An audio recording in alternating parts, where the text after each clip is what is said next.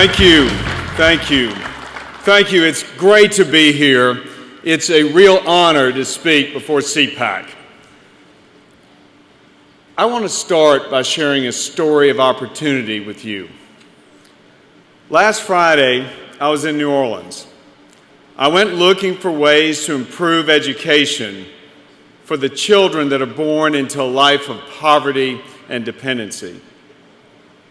While there, I met a young mom. Her name was Essence Jackson. You see, last year, her daughter Milani attended kindergarten at a public school.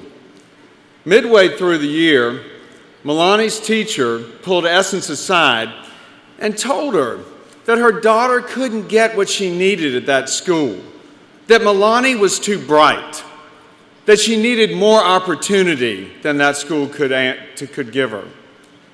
The teacher told Essence to apply for the Louisiana Scholarship Program, a program which would ensure that Milani could get and find a way out of that failing school she was in, and find a way to obtain an opportunity in life by attending a school of her choice, one that could offer her a real avenue to advancement and quality education. Now, Milani this year attends first grade at Our Lady of Prompt Succor Elementary School, and she's a participant in the Louisiana Scholarship Program. And although there is much controversy surrounding the scholarship program, Essence is a believer. She told me she'd do anything to make sure Milani can stay at Our Lady of Succor. You see, Essence is putting herself through college right now. And she told me that she'd even quit school and try and find 3 part-time jobs if that's what it took to keep Milani enrolled in that elementary school. It makes that much of a difference. Caring teachers, motivated administrators, and above all, a safe environment to learn. Now, Essence is praying that the Louisiana Supreme Court throws out the case challenging the scholarship program. Essence is fighting. She is willing to work even harder for her daughter. We've got to fight too. We've got to be prepared to work even harder for our children and grandchildren. Now, families like the Jacksons, they need strength. They need a voice, and all of you in this room give them that strength. You give them that voice. Now more than ever, your voice is critical. Now more than ever, we have got to turn our words into action.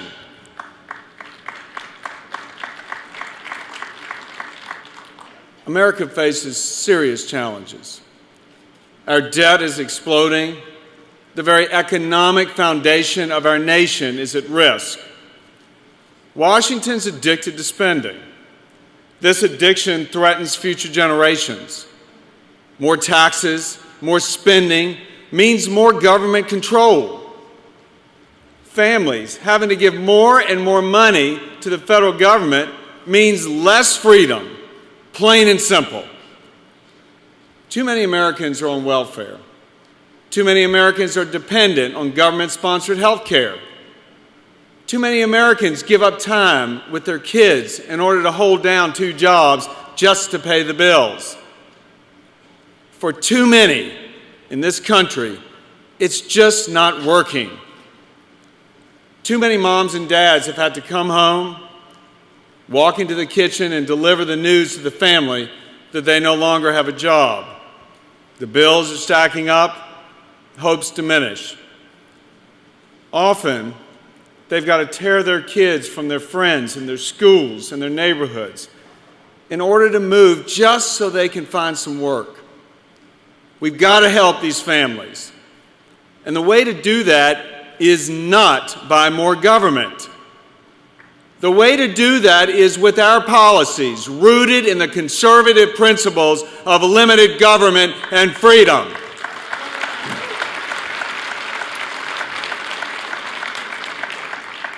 Let's face it, the opposition is organized.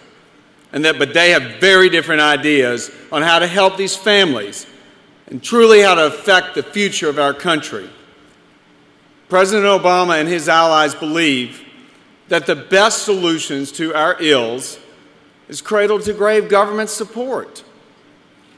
But we know that our freedom is God-given, and it should never, ever be taken away.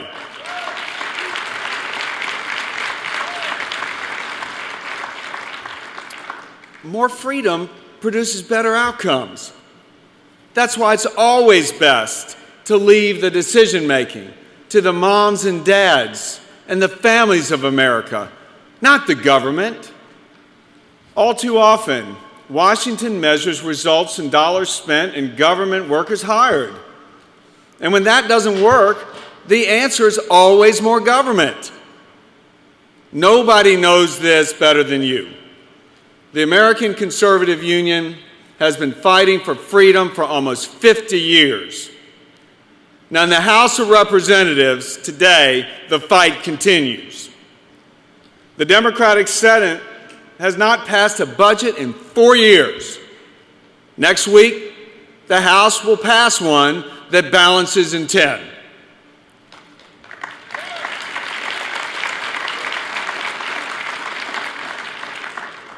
Our budget's going to grow the economy. Theirs is going to raise taxes by $1 trillion. And you know what? We don't even know what's in the president's budget because it's late again. It is hard to get anything done in Washington when common ground is held hostage by tax hikes, and if the other side simply doesn't show up for work. Despite these odds, I have hope. I look around this room, and that hope grows.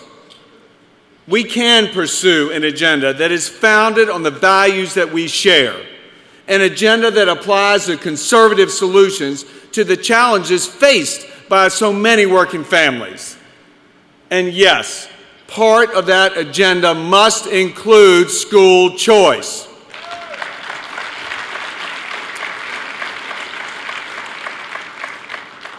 This is an idea whose day has finally come. In 1965, the newly founded ACU demanded that Lyndon Johnson include an education tax credit in place of his education subsidy plan. Conservatives knew that federal subsidies would not mean better education for our kids. We knew then, as we know now, that more parental control over education dollars is the answer. There's no longer a debate about whether federal education policy is working. More money goes in, and the results stay the same. It's not fair to taxpayers. It's not fair to parents. And most importantly, it's not fair to the kids. Now today, too many of the most vulnerable children in our country are stuck in schools that don't work. The schools are too dangerous. They don't teach to grade level. And they certainly are not preparing our kids for college or a better future.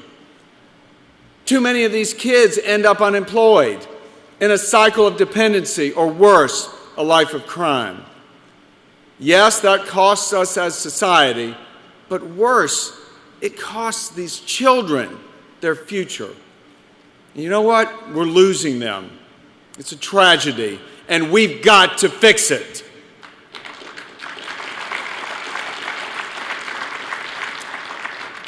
I told you earlier about Essence and Milani in New Orleans. I also want to briefly tell you about Joseph and Ray Sean here in Washington, D.C. I spent a couple days with Joseph Kelley and his son Ray Sean recently. Joseph is a courageous single dad who's raising 4 kids. He simply wants Ray Sean and his daughters to have it better than he did. His son Ray Sean attended a failing elementary school, one that 8 D.C. police officers patrol every single day. And despite hard work, Ray Sean was being held back. By 5th grade, he was 3 years behind on most subjects.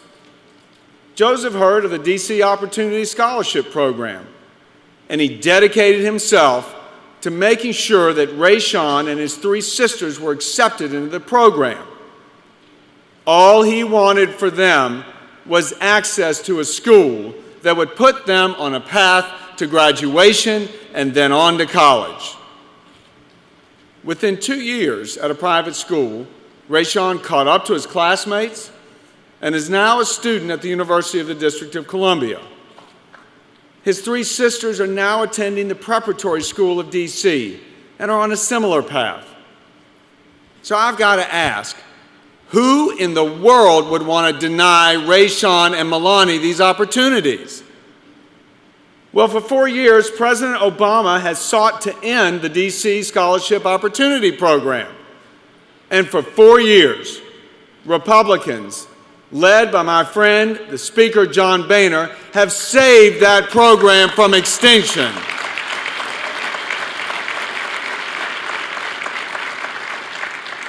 We've got to save this program. And we've also got to follow the lead of a prior speaker today, Governor Jindal in Louisiana, and finally commit to going all in on education reform.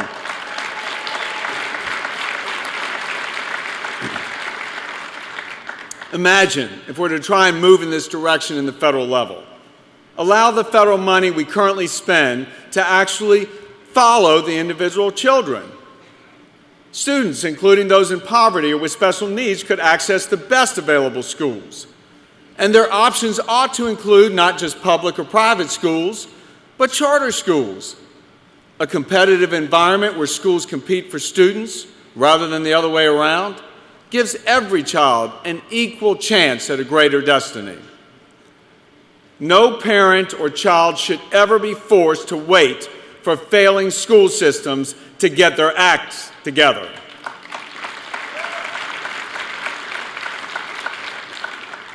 One of our priorities this year will be to move heaven and earth to fix our education system for the most vulnerable. This gives us the best chance of protecting tomorrow for a generation of smart and capable young people. In short, school choice is the answer.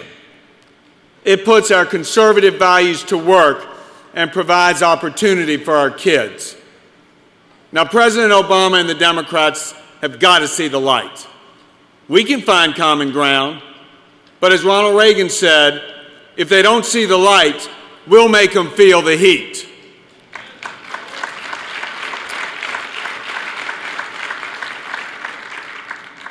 The fight for the future of our country is here. We fight for our kids.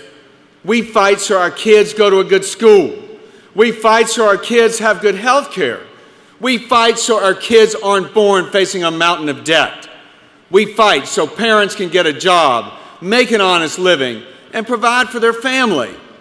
And we fight to make sure government doesn't tax away their paychecks or make freedom and opportunity harder to come by. Conservatives fight for freedom, and that is always a fight worth pursuing.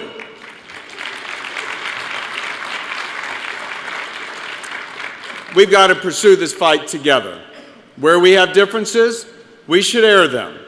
But where we are bound together with a single purpose, we must put all of our energy behind these efforts. We can bring about the change we've been seeking for decades. When conservatives are united, our ideas win. Conservative ideas win because conservative ideas work. Stand with us, stand with House Republicans. Work with us. Let's fight for a better future for kids like Rayshawn and Milani. Let us not take no for an answer. Thank you all very, very much. Thank you. Thank you all very, very much.